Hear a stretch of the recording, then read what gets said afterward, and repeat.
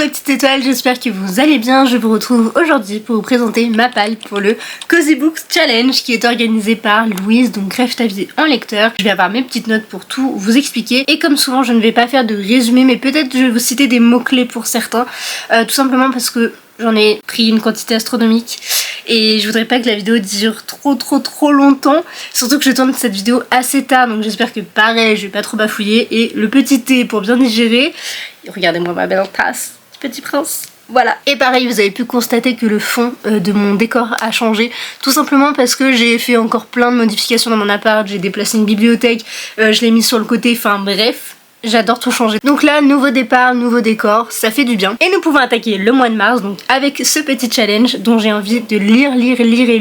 Et en vrai, je pense qu'il y en a pas mal où ça peut le faire et je vais vous expliquer pourquoi. Le challenge se déroule en 4 menus et on va commencer par le premier qui est sur Disney. Voilà ce que j'adore particulièrement. Et elle a choisi Le Roi Lion, donc qui est un dessin animé vraiment un classique et aussi un indémodable que j'aime beaucoup, dont les chansons. Et la première c'est Je voudrais déjà être roi et les mots-clés sont royauté, destin et duo. Et de ce fait j'ai glissé L'éclat et la nuit tome 1 de Lisandre Assaello, édité chez Hachette Roman, que j'ai reçu en service de presse comme un certain nombre, vous allez le voir, donc je mettrai une petite pastille, je vous le dirai pas à chaque fois. Mais donc ici on suit une jeune fille qui veut renverser le pouvoir, donc ça collait parfaitement avec royauté et du coup destin et duo. Je pense qu'elle va quand même rencontrer des petites personnes sur son passage. J'avoue que je sais plus trop ce qui se dit dans le résumé, donc c'est pour ça que je n'en sais pas trop, mais dans tous les cas il me tente beaucoup. Je voudrais trop le lire avant du coup le 27, 28 et 29 mars, puisqu'on organise un week-end de pré-festival qui s'appelle Un chapitre de plus. Et donc Lisandre sera présente pour nous parler de son roman, de l'écriture, etc. Enfin on va vraiment avoir un petit moment d'échange, voilà, avec elle durant ce week-end, qui est d'ailleurs toujours disponible si jamais vous souhaitez nous rejoindre. Je mettrai le lien dans la description. Et du coup ça se passe près de Rouen, c'est au château de Branville, donc oui, on a loué un super château, vous allez voir. Et du coup Lisandre sera aussi présente lors du festival Un chapitre à Rouen. Voilà. La deuxième catégorie c'est l'histoire de la vie et donc les mots-clés sont cycle de la vie, éléments et divinité. Et j'ai encore choisi donc un roman qui m'a été envoyé par Hachette Roman qui est Demigods Academy, le tome 5, qui est intitulé Le jour funeste de Elisa S. Armor et du coup Kira Legend. Il est encore plus gros que les autres et j'avais adoré le début de cette saga. C'est vrai que c'est un peu différent avec la suite mais j'aime toujours autant, j'ai quand même envie de savoir ce qui peut se passer. Et là on retrouve donc Nyx, la déesse de la nuit, et si vous me connaissez depuis un petit bout de temps, je sais pas trop si j'en ai parlé tant que ça finalement, je suis absolument fan, mais genre fan de la maison de la nuit où il y a justement la déesse Nyx, et à une période j'étais obsédée par cette déesse et par tout le roman, et du coup là de voir que c'est sur Nyx, j'ai sauté dessus, je me suis dit non mais il faut absolument que je le demande, donc il est là, il est arrivé depuis un petit bout de temps, maintenant faut que je le lise. Et du coup pourquoi dans cette catégorie pour les éléments, et parce que c'est des dieux, ils ont tous une caractéristique et aussi divinité, mais ça j'ai pas besoin de l'expliquer. Et d'ailleurs je viens de penser qu'on parle de destin funeste, donc le cycle de la vie, tout ça, je trouve que ça passe pas mal. Avec tout ce que j'ai à vous présenter, j'ai quand même réussi à en oublier un. Du coup pour la catégorie l'amour nous guidera, et les mots clés sont différence, amour sous toutes ses formes, et j'ai sélectionné Fou de la reine de Quentin Jarnot, édité chez Albin Michel dans la collection Nox. Alors oui, je laisse le bandeau, je ne l'ai pas encore enlevé tout simplement parce que je l'ai pas encore lu, mais quand je le commencerai je le mettrai en haut. Et moi je garde tous les bandeaux, faut le savoir, je suis team, je garde tout parce que je sais pas, en fait j'allais trouver une explication mais il y en a pas tellement finalement, mais c'est comme ça, juste je les garde. Et donc ici on va être sur une histoire apparemment Dark Academia autour des échecs, et alors ça, vous savez que c'est absolument ma came. J'ai une obsession en ce moment pour lui. Je vous parlais la dernière fois d'obsession, enfin il y a un petit moment d'obsession littéraire. Bah là en ce moment c'est sur celui-ci, donc je vais bientôt l'attaquer je pense. Et d'ailleurs il est disponible en audio sur Audible et Nextory je crois, les deux. Enfin en tout cas personnellement c'est les deux auxquels je suis abonnée, du coup c'est un peu mes références. Et comme en ce moment je travaille, j'ai le droit de mettre un écouteur. Qui dit un écouteur durant ma journée de travail, soit à peu près, je vais pas calculer, 6 heures, ça passe tellement vite, en vrai je vais pas vous mentir, ça passe tellement vite que je me rends pas compte, mais du coup, hop, petit livre audio, si j'ai besoin, bon je l'enlève, je coupe le son, mais franchement c'est génial et du coup je me dis pourquoi pas le lire soit donc en audio, soit j'attends un petit peu, mais j'ai vraiment envie de le lire et j'ai pas envie de le laisser traîner trop longtemps. Et du coup côté amour apparemment c'est un Revolves to Lovers et ça se passe dans les Alpes suisses, voilà, vous savez tout. Et honnêtement je le trouve canonissime, j'ai trop hâte de le découvrir. Faut que je me calme parce que je vais vraiment le dire à chaque fois, on le sait, j'aurais tous les lire, c'est pareil pour tous ceux de ma palle, mais s'ils sont encore là, et bah c'est parce que je ne peux pas tout lire d'un coup. Voilà. La dernière catégorie de ce menu, c'est nous sommes un, et les mots-clés sont found family, quête identitaire et foyer. Et pour le coup, j'ai sélectionné Silent Fall de Louise Langlois, édité chez Nisha, etc., qui est donc une sorte de suite préquelle à Endless Fall dont j'ai adoré, c'était un immense coup de cœur de janvier dernier. Et oui, je ne l'ai toujours pas lu alors qu'on a fait une LC l'année dernière en mars sur celui-ci quand il est sorti, mais malheureusement j'avais pas pu suivre le rythme. Et en fait j'ai trop envie de reprendre, enfin de retrouver un peu les personnages qu'on a eu dans le premier tome. Et je sais plus ou moins d'avance au vu du groupe d'amis qu'il y a qui est un vrai fan de family. Après j'avoue que c'était quoi l'autre mot-clé? Quête identitaire, ça j'avoue je sais pas trop, je me rappelle pas du résumé, j'avoue. Je sais qu'on suit Holden et Lexi et qui sont amis depuis l'enfance. Voilà, je n'ai pas besoin d'en savoir plus, vous non plus, c'est pas grave. Si jamais vous voulez les résumer d'ailleurs, que ce soit pour lui ou pour tous les autres, ils sont dispo dans la description, donc n'hésitez pas à aller cliquer sur les liens. Je touche rien du tout, c'est juste des liens, voilà, qui vous renvoient vers un site sûr. Donc vraiment je ne touche absolument rien, c'est juste pour vous dire que si vous voulez les résumer, vous pouvez. Le second menu qui se tourne cette fois-ci vers les séries et qui n'est pas des moindres pour cette année, c'est Stranger Things, voilà, qui s'est terminé donc cette année, parce que le dernier épisode c'était en janvier, je crois le 1er janvier, vers 9h du coup, bref, on s'en fout, littéralement. La première catégorie c'est The Upside Down, évidemment, et les mots-clés sont monde parallèle, nouveau monde ou dark fantasy. Et là, je vais pas vous mentir, j'ai fait fort. Bon, commençons par le premier. J'ai direct pensé à Cassidy Blake, le tome 1, que je vous rabâche, vraiment, j'allais dire que je vous parle, mais c'est plutôt je vous rabâche depuis des années, que je veux absolument le lire, qu'il est dans toutes mes palles, qu'il passe absolument partout. Bah, il est toujours là. Voilà, donc je ne sais toujours pas si je pourrais continuer cette saga, hein, parce que du coup j'ai pas encore lu le tome 1. Et c'est pas faute de me dire qu'elle me tente, c'est Vieille Schwab, etc. Ah oui, et du coup édité chez Lumen. Et waouh! J'avais pas vu que pour vous il y avait un giga reflet. C'est très perturbant du fait que lui c'est un fantôme. Voilà, ça me... Oh, ça m'a fait un truc bizarre d'un coup, je saurais pas vous expliquer. Et donc pourquoi ici? Parce qu'on a le monde parallèle du coup avec le monde des morts, puisque Cassidy a failli se noyer quand elle était très jeune et du coup depuis elle voit les morts et en fait comme on voit sur la couverture, elle arrive à lever le voile entre les deux mondes qui les séparent. Donc voilà, ça a l'air trop cool et... Oui, cette année il passera la casserole. J'ai vraiment décidé cette année de baisser ma palle, je fais que de vous le répéter, mais ce sera fait. Et donc l'énorme bricasse que vous avez vu, c'est évidemment Elana, la trilogie du coup intégrale, ici qui est donc le Pacte des Marchombres de Pierre Bottero, édité chez Rajo. Et d'ailleurs, attendez, mais il y a la trace de mes doigts là, c'est pas propre ça. Donc on a une préface en plus de Christelle Labos, c'est trop cool, j'ai vraiment hâte de replonger dans l'univers de Pierre Bottero que j'ai découvert l'année dernière, du coup à cette même période d'ailleurs, c'est très drôle. J'ai lu la quête des Willan et les mondes des Willan, je crois que c'est ça le sens, ouais, la quête puis les mondes. J'ai tout découvert l'année dernière et franchement ça a été une vraie révélation et je suis sûre à 100% que pour celui-ci ça sera pareil, ça se passera très bien. Donc j'ai hâte de le découvrir et de vous en dire des nouvelles. Et donc c'est une trilogie qui est disponible en audio sur les plateformes que je vous ai citées et donc je pense que je les lirai à cette occasion, vu que j'ai un abonnement que j'ai augmenté d'ailleurs au vu de mon nombre d'écoutes pendant le travail, donc c'est pas plus mal et je vais pouvoir drastiquement baisser ma page, ça c'est chouette. Ah oui, et tant qu'à faire dans cette catégorie, si je peux lire les 3, les 4 du coup avec Cassidy Blake, ce serait parfait. Nous pouvons passer à la deuxième catégorie qui est Donjons et Dragons, un jeu qui me tente fortement. Actuellement j'ai pas assez de personnes pour y jouer et je ne connais surtout pas les règles littéralement, enfin voilà, j'ai jamais mis le nez dedans, mais ça me tente beaucoup de tenter en fait de jouer à ce jeu qui a l'air vraiment très iconique, très fou aussi, et pas que par rapport à Stranger Things, déjà avant ça m'intriguait. Mais du coup j'avoue que ça a rajouté une petite couche. Et donc les mots-clés sont amitié ou groupe de personnes et aussi créature. Alors j'en ai encore une fois mis 2 comme pas mal de catégories à venir. Et le premier que j'y ai pensé c'est... Oh non mais attendez, ça me dégoûte de le revoir comme ça. Mais attends, mais je suis une enfant ce soir, qu'est-ce qui se passe? En pleine journée ça m'aurait peut-être pas dérangé, mais alors là... Je sais pas, c'est peut-être parce que j'ai mangé, j'en sais rien. J'ai donc pensé au collège de Redwood. Non mais je suis vraiment une gamine de mettre ma manche. Vous m'excuserez, je pense que c'est la fatigue et tout. Mais donc j'ai pensé au tome 2 du collège de Redwood, écrit par Jennifer Keighley, qui est édité chez Hachette Roman. Encore une fois, je vais le tenir en haut, il n'y a pas de verre, ce sera très bien. Qui se passe dans une fête foraine. J'avais vraiment bien aimé le premier tome, donc j'ai très envie de découvrir la suite. Il est tout petit en plus, donc ça pourrait se lire assez vite. Voilà, il y a encore une fois des verres partout. C'est ce que je leur ai dit en plus en le recevant, c'est que le premier c'était sur les araignées, une de mes phobies, et là on part sur des vers qui est une autre de mes phobies.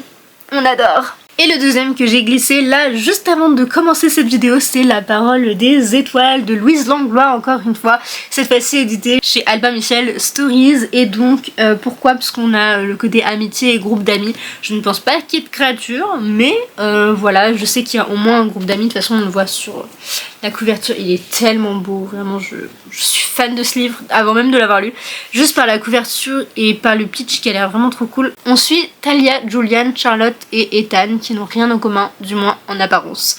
Et en gros ils vont se retrouver, s'aider mutuellement et ça va être un beau roman je pense. Et je dois le lire en lecture commune avec mes copines, donc Amy et Emily. Et techniquement on le commence... Emily l'a commencé au moment où je tourne cette vidéo et je suis censée le commencer ce week-end, donc le jour où vous voyez cette vidéo. Est-ce que ce sera fait? Bonne question. La prochaine catégorie c'est l'incroyable antagoniste qui est Vecna, et donc nous avons temporalité, science-fiction et immortalité.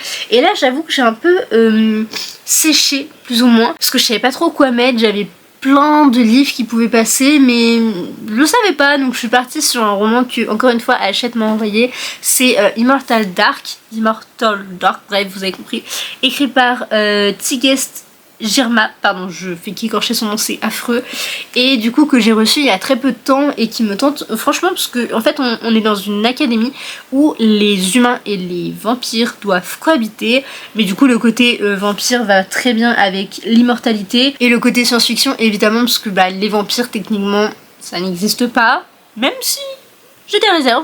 Ne sait-on jamais, j'attends toujours Edouard, mais bon voilà. Mais du coup je pense qu'il peut passer là au moins pour l'immortalité avec les vampires, et s'il ne passe pas, bah comme pour les autres, je vais changer de catégorie. Dernière catégorie qui est Eleven, donc la protagoniste. Après l'antagoniste nous avons la protagoniste. Et les mots-clés sont jeunesse, pouvoir, le personnage principal est un enfant. Et alors là j'en ai mis 2. Et j'ai des critères, voilà, enfin c'est plutôt tourné autour de la jeunesse dans tous les cas. Et je crois que dans le premier il n'y a pas de pouvoir, mais je peux pas le dire avec certitude parce que bah, je l'ai acheté à sa sortie et depuis je ne l'ai toujours pas lu, je n'ai jamais relu le résumé et donc bah, j'en ai tout simplement pas tant de souvenirs, mais il me tente toujours autant.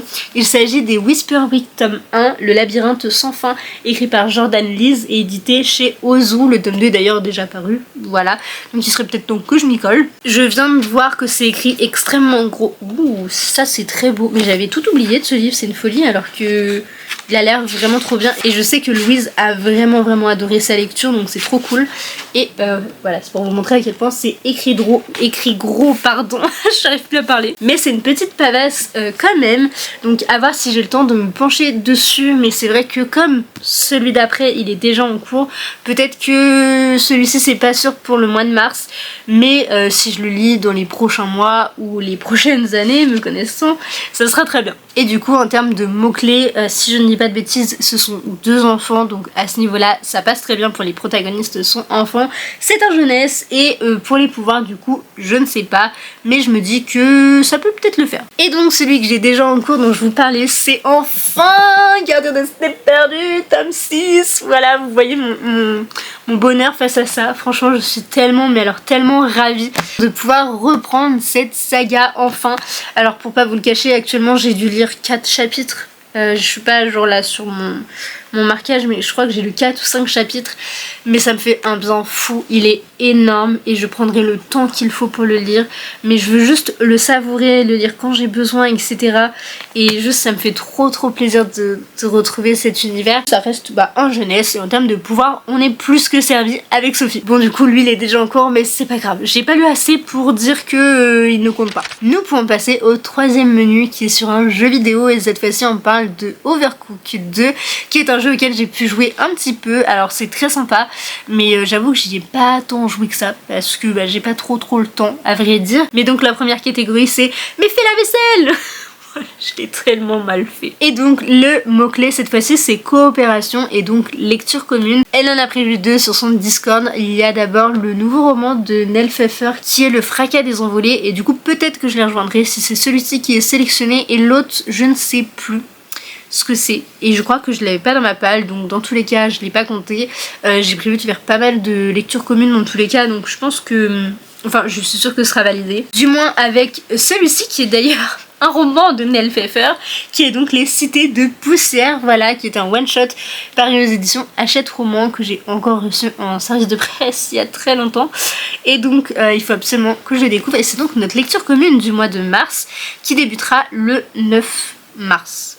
Voilà, donc très prochainement, dans à peu près une semaine, si la vidéo sort le bonjour. J'ai trop hâte de retrouver la plume de Nell, son univers, sa manière d'écrire, etc. Donc ça va être trop chouette, et j'ai hâte du coup de le lire avec vous. La deuxième catégorie c'est ça chauffe en cuisine, et les mots-clés sont cosy fantasy, pâtisserie et magie. J'en ai quelques-uns qui pouvaient rentrer, mais j'aimerais vraiment reprendre et du coup recommencer la petite boutique de sortilèges écrit par Sarah Beth Durst, édité chez Brajlon, tout simplement parce qu'elle en a sorti déjà 2 autres si je dis pas de bêtises. Donc là en français, enfin les maisons d'édition en ont sorti 2 autres, et j'avais vraiment beaucoup aimé le début. J'avais lu 68 pages, soit ça, et je suis extrêmement triste d'avoir dû le mettre en pause pour X ou Y raison, je sais plus exactement, mais il y a une partie des cours, une partie j'étais très prise par le festival, etc.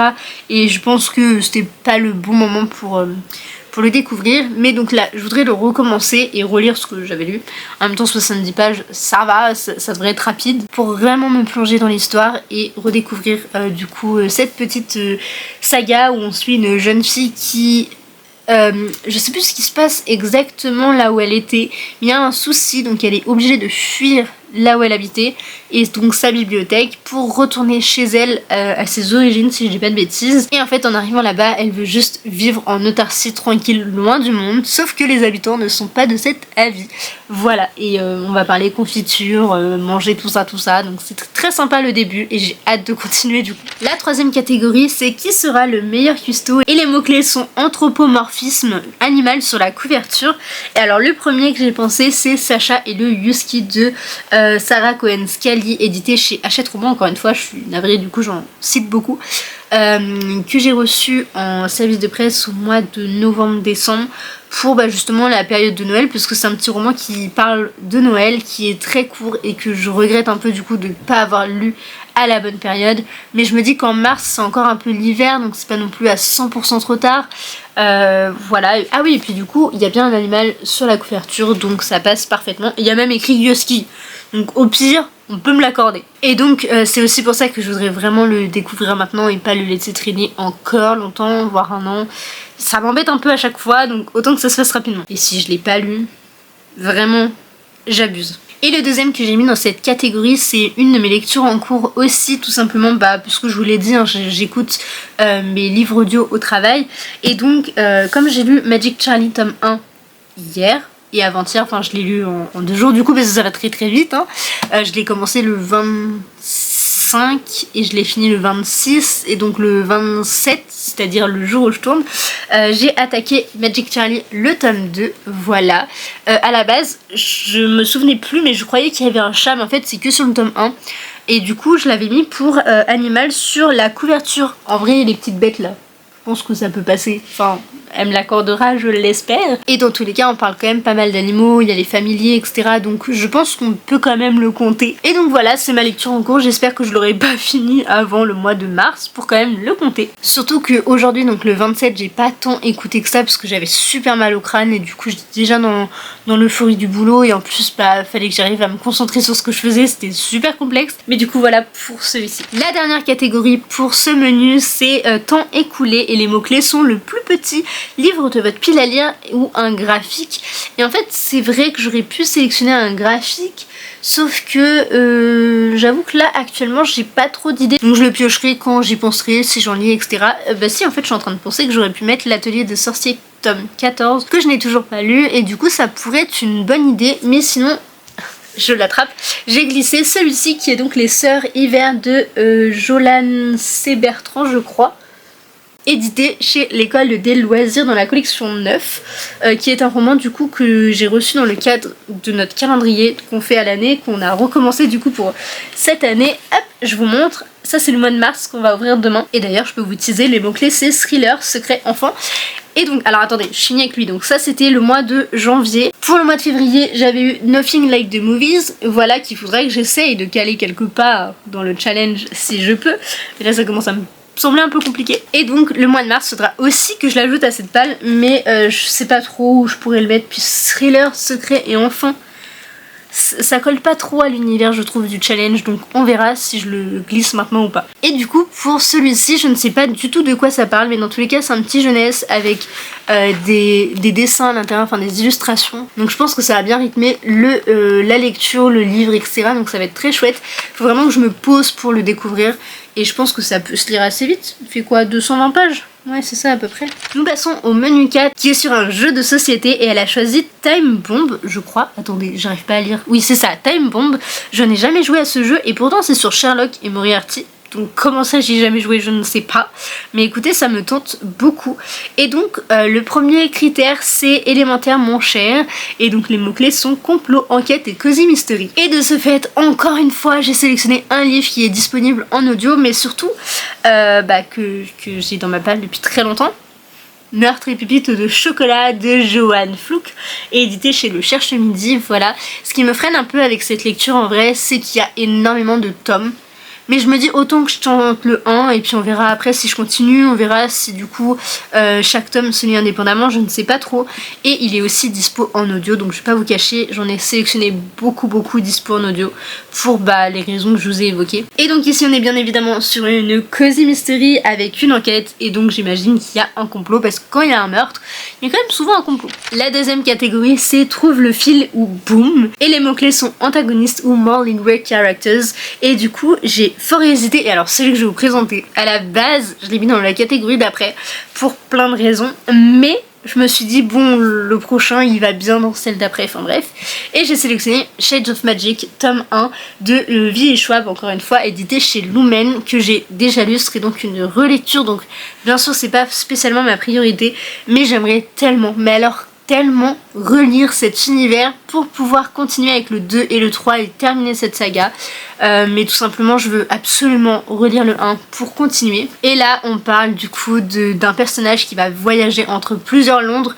Donc on a le Londres rouge, le Londres blanc, le Londres gris et le Londres, je n'ai pas le dernier, noir. Donc il colle vraiment bien à ce menu aussi, vous allez comprendre pourquoi aux critères d'après. Et il fonctionne parfaitement aussi car les personnages sont, justement c'est des personnages un peu gris qui sont ni bons ni mauvais, ils sont un peu entre les deux. Ils font des erreurs mais en même temps on dit bon, il reste humain et c'est ça que j'adore avec cette histoire. La troisième catégorie c'est Big Ben en danger et les mots-clés sont dystopie, steampunk et Londres, et c'est pour ça que je vous disais que Shades of Magic pouvait passer parfaitement parce que ça se passe à Londres et il a quand même un côté un petit peu dystopique je trouve, donc c'était vraiment la catégorie qui était destinée, mais je voulais glisser un livre qui est une dystopie qui me tente trop, c'est Dissident de Tosca Nourri, édité chez Didier Jeunesse, qui est un premier tome absolument fou, hein, voilà, il a quand même son petit jaspage, tout ça, l'effet métallisé, on adore. Je sais, j'aurais peut-être pas le temps de tout lire, mais écoutez, j'ai quand même envie de le tenter, et dans tous les cas, il sera lu cette année, il le faut. Et enfin, la dernière catégorie, c'est Sherlock vs Moriarty, et les mots-clés sont mensonge, illusion et duel. Et alors pour celui-ci, j'avoue que j'ai quelques doutes, mais écoutez, si ça passe pas, je le changerai de place.